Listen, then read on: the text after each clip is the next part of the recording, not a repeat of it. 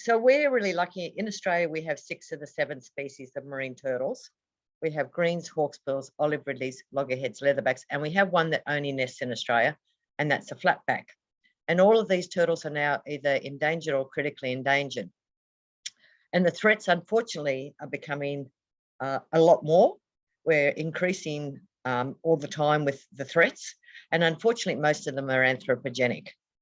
So Cairns Turtle Rehabilitation Centre, what we normally see is our biggest problem is floater syndrome, and that's a term for air under their shell, and that can be caused by an impaction from marine debris. It can be caused by a boat strike. It can be caused by a compromised immune system, and all of those things cause gas to form under the shell and they float to the surface. And the problem with that, of course, is they can get predated on, or they can get hit by a boat, or they can literally just float and starve to death. But what we're seeing is, I mean, their natural threats are, loss of feeding grounds through cyclones and also, predation. But unfortunately, the anthropogenic threats are increasing. And our big problem that we're getting now, of course, is due to increased temperatures and increased sand temperatures. In many areas, turtles aren't sex chromosome dependent. They're actually sand temperature dependent. And the pivotal temperature is 29.4 degrees, and that gives you a 50% males and 50% females. So above that, we call them the females, hot chicks, and below that is cool dudes. Unfortunately, in many areas, we're getting 99% hot chicks. So, the problem is the species going to be able to sustain this? We don't know that at the moment. Turtles have been around for over 150 million years, and they've gone through a lot of climate changes, but this has all happened very slowly, and they've been able to adapt to the environment. Unfortunately, what's happening with the climate change now, it's happening so quickly that they're not adapting as quickly as they can. So, without the males, it's going to be a big problem. So, of course, research has been done now on what we can do and how we can cool the nest down. A lot of them we're getting shade cloth over the top, or we're putting fronds over the top, things like that. But this is an increasing problem. The other problem that we're seeing now is compromised immune systems. And this is because of what goes out into the ocean bioaccumulates in their food source, and they're actually eating that. So green sea turtles eat seagrass, hawksbills eat sponges, and the others eat crustaceans. And what's happening is heart drugs, kidney drugs, antibiotics, all of those things out in the ocean are bioaccumulating in their food source, and the turtles are eating it, and they're getting compromised immune systems, which is bringing on disease, or else they're getting antibiotic resistance because of the antibiotics in the ocean. So, it really is a sad story. They say by 2060 that if their threats don't decrease, they think that marine turtles around the world will be extinct. And, that's a pretty heavy statement to make, to think that, the turtles are going to be extinct. But we're looking at, obviously research is going on all the time, and what's happening. It's a shame my PowerPoint presentation didn't come up, because I just had a fantastic story. I had 2 hatchlings that were found in the bottom of the nest at Fitzroy Island, and they couldn't get out. And actually the reason they couldn't get out is they were stuck under marine debris. And they were there the next day, and all of their little buddies had gone.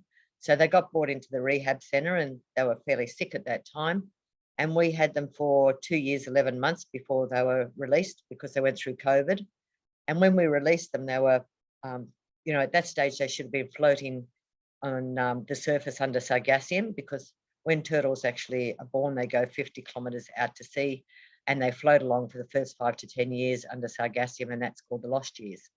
So we released both of them with $10,000 trackers on them, and one tracker stopped after 10 days, which is a bit $10,000. But the other turtle was interesting, Tilly. So on the 18th of December, she went to 120 meters at 25.5 degrees. So we knew there was definitely something wrong, because it shouldn't be at 25.5 degrees at 120 meters, and she shouldn't be going to 120 meters. So she kept on going, and she was 3/4 of the way to Vanuatu, and she turned quickly, and that's when the volcano blew, and it was actually a submarine volcano. So she'd picked it up earlier, and that's why the temperatures were hotter. She then continued around in an arc, and she sped up, and that's when the aftershocks came through. and she was heading back into Cairns, and you could have said the first time, oh, you know, she was turning anyway. She was heading back into Cairns, and on the 4th of February, she took another deep dive. And then on the 6th of February, we had an earthquake in Cairns. So she was the first known turtle to react to seismic activity. So we're learning an awful lot from that. I mean, she's an incredible turtle. She's given us so much information on a post-hatching, you know, juvenile 3-year-old turtle and how they react to seismic activity.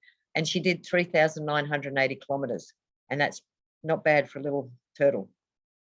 So we are learning a lot, but the problem that arises is that, you know, they're traveling these distances and they're encountering so many more threats out there, and that day by day the threats are increasing with, you know, long lining, with netting, illegal netting, ghost nets, you know, boats, has increased shipping. So, you know, it really is, you know, it's looking pretty dim for a lot of them. But so all I can say is that at Cairns Turtle Rehabilitation Centre, we're really lucky. We're a volunteer organisation, and so every turtle gets a chance, unless it's a turtle that comes in that's so badly damaged that it's just not right to keep it alive. We give every turtle a chance, and we now have a 95% success rate with our rehabilitation, and that's because our volunteers are just dedicated to getting these animals well and back out.